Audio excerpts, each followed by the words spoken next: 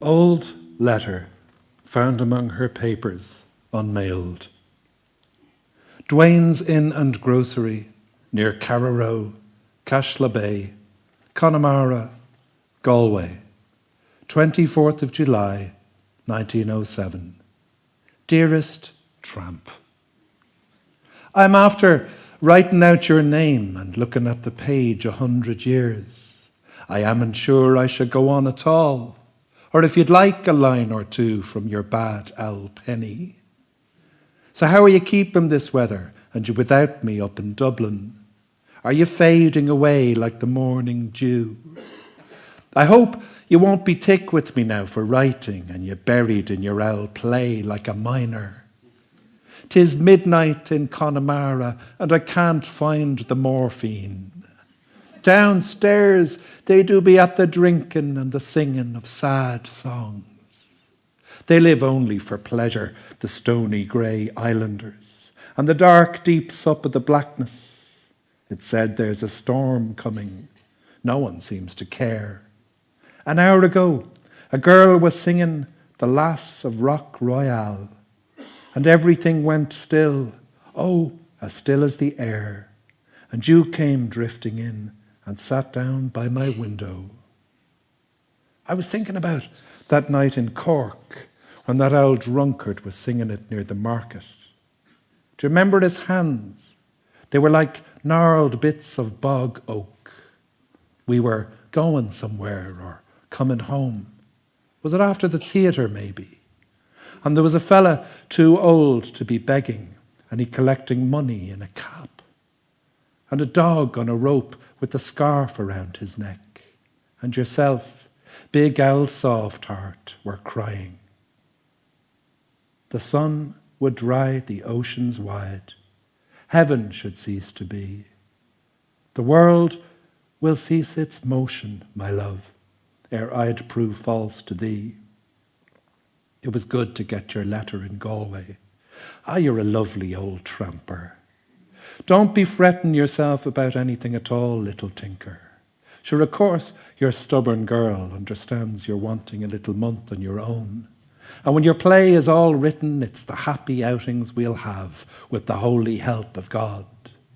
Meanwhile, I have Sally here to mind me, though she's not so sweet as yourself. And coming here for my lessons will soon have me speaking the Irish like a natural native nun. That last was the charmingest letter you ever sent me yet. It'd be lovely to talk to my tramp and hear his voice again. You are my greatest little pet. I love you.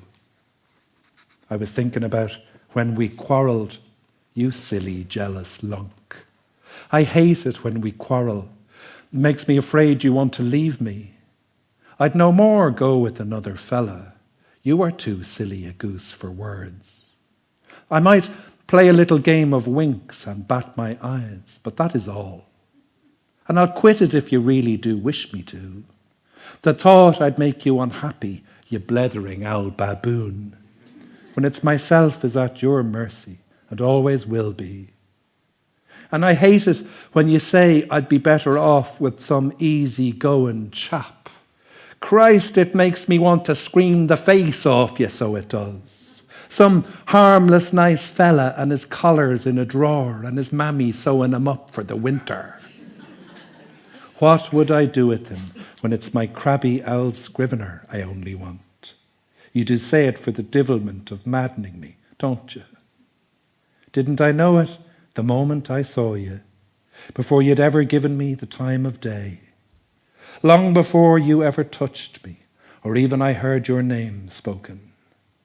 Girls, nonsense, I hear you saying. Never happens in life, only in storybooks and songs. And the queerest thing of all is, I agree with my tramper. I haven't hide nor hair of reasons for what's between us now. And if ever you wanted to quit your impatient girl truly, and our little story had to be put away in a room that's only sometimes remembered, well, that's still a room I'd want.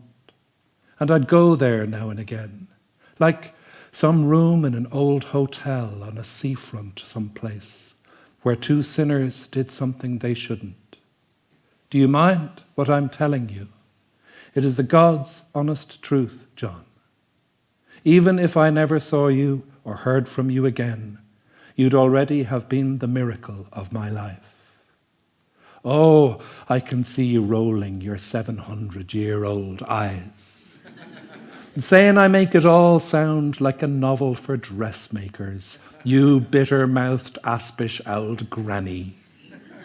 But to find you in my mind at some moment of the morning, to see some sentence in a script and wonder what my tramper would say to it, or to feel you glowing on like a lamp in my head, and to know I'd sleep in your arms that night.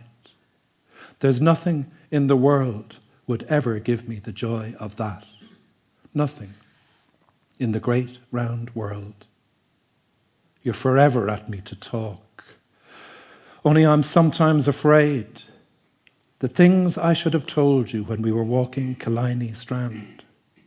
Like that knowing you is the greatest blessing of anything in my life. And I can't think up the phrases and the fiery words you'd have yourself. For there's not languages enough in all the living world to tell you of your preciousness to me. And everything about you gives me courage I never ever had. And without you, I'm like a ghost drifting through some old house of a life. And there's nothing about you I don't love. You are so kindly and good and wise, and I love you, and so patient and so loyal and so manly. So now you know all. Can I send you this letter? Are you reading it still? Am I gone mad? When we marry, can we go to America and stay there a time? That's if you still want me, my ploughboy. Oh, wouldn't we be the nice pair of ornaments in New York or Brooklyn or some place? To flit away from this rainy, sad land, and the gossips and the dullards and the pokers of noses and old maids. There's times I think it'll choke us. If only we could go. We would live to 150. Do you think I could ever play a lead in New York or Chicago? Ah, my tramper, wouldn't that be a thing entirely? We'd be two fools with the laughter, and we traipsing down the Broadway and back to some little flat in the midnight. It makes me weep with heart's joy when I think I have found you, and all the lovers' adventures we will share. Do you know the way I have sometimes wept when we've been together alone, for all the pleasures you have given me have left me nothing else to do? That is how I feel this night. How I wish I had you here. I would measure your neck with my kisses. God, I can't sleep tonight. What is ailing your girl? Do you mind? You asked me one time to sing you a song, and I was nervous, for I hadn't had lessons. It was the first day we ever spoke to one another, in Sackville Street, by the post office. But if you were here, I'd sing it now. Would you like that, old tramper? Because the words on a page are only words on a page. But a song needs someone to love it by hearing. It was yourself told me that once. It was that night we were in Cork.